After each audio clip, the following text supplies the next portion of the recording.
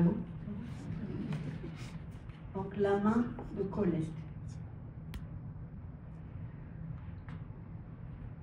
Il s'était endormi sur l'épaule de sa jeune femme, et elle supportait orgueilleusement le poids de cette tête d'homme, blonde, sanguine, aux yeux clos.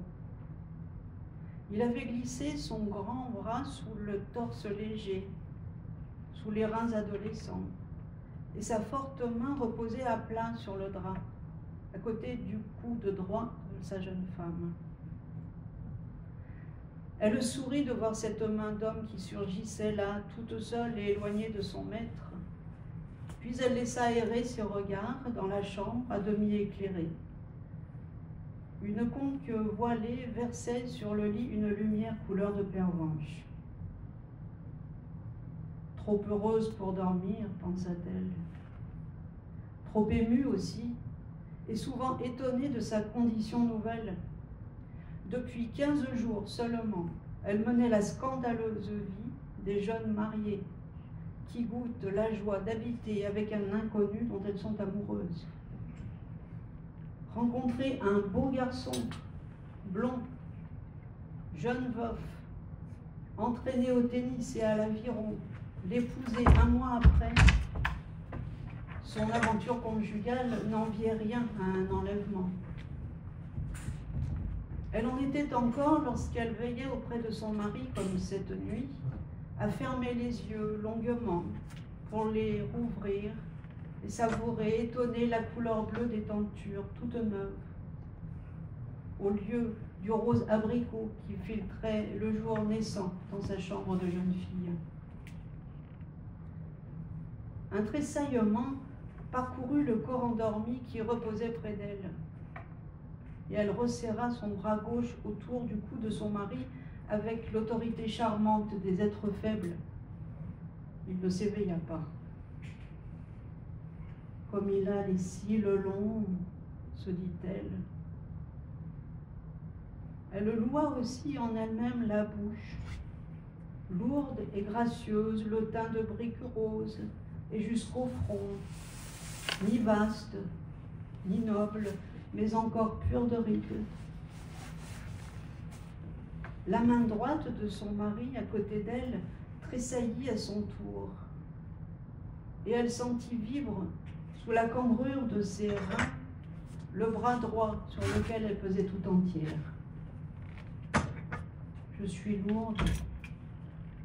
Je voudrais me soulever, éteindre cette lumière, mais il dort si bien.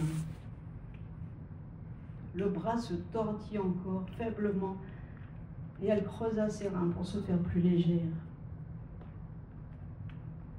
C'est comme si j'étais couchée sur une bête, songea-t-elle. Elle tourna un peu la tête sur l'oreiller, regarda la main posée à côté d'elle. Comme elle est grande, c'est vrai qu'il me dépasse de toute la tête. La lumière glissant sur les bords d'une corbeille de cristal bleuâtre butait contre cette main et rendait sensibles les moindres reliefs de la peau, exagérait les nœuds puissants des phalanges et les veines que la compression du bras engorgeait. Quelques poils roux à la base des doigts se courbaient, tous dans le même sens, comme des épis sous le vent, et les ongles plats, dont le polissoir n'effaçait pas les cannelures, brillaient, enduits de vernis rosé. Je lui dirai qu'il ne mette pas de vernis à ses ongles, pensa la jeune femme. Le vernis, le carmin, cela ne va pas à une main si... une main tellement... Une secousse électrique traversa cette main et dispensa à la jeune femme de chercher un qualificatif. Le pouce se raidit, affreusement long, spatulé, et s'appliqua étroitement contre l'index. Ainsi la main prit soudain une expression simiesque et crapuleuse. Oh, fit la jeune femme, comme devant une inconvenance.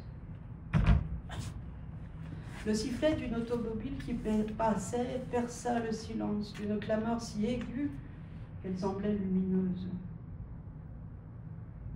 Le dormeur ne s'éveilla pas, mais la main offensée se souleva, se crispa en forme de crabe et attendit prête au combat.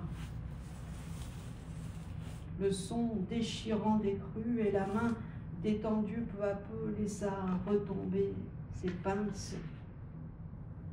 Devint une bête molle, pliée de travers, agitée de sursauts faibles qui ressemblaient à une agonie.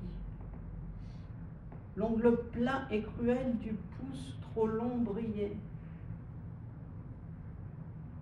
Une déviation du petit doigt que la jeune femme n'avait jamais remarqué apparut, et la main vautrée montra comme un ventre rougeâtre sa paume charnue.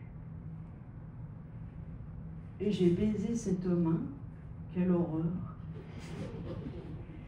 Je ne l'avais jamais regardée. La main qu'un mauvais rêve ému eut l'air de répondre à ce sursaut, à ce dégoût. Elle réunit ses forces, s'ouvrit, toute grande, étala ses tendons, ses nœuds et son pelage roux, comme une parure de guerre. Puis, repliée lentement, elle saisit une poignée de drap et enfonça ses doigts recourbés, serra avec un plaisir méthodique d'étrangleuse. « Ah !» cria la jeune femme. La main disparut. Le grand bras arraché à son fardeau se fit en un moment ceinture protectrice, chaud rempart contre toutes les terreurs nocturnes.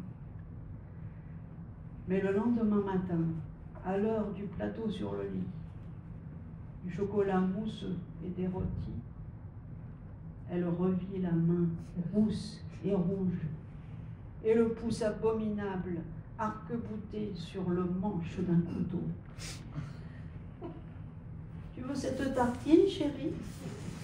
Je la prépare pour toi. » Elle tressaillit et sentit sa chair se hérisser, en haut des bras et le long du dos. « Oh non, non !» Puis elle cacha sa peur, se dompta courageusement et commença sa vie de duplicité, de résignation, de diplomatie vile et délicate. Elle se pencha et baisa humblement la main monstrueuse.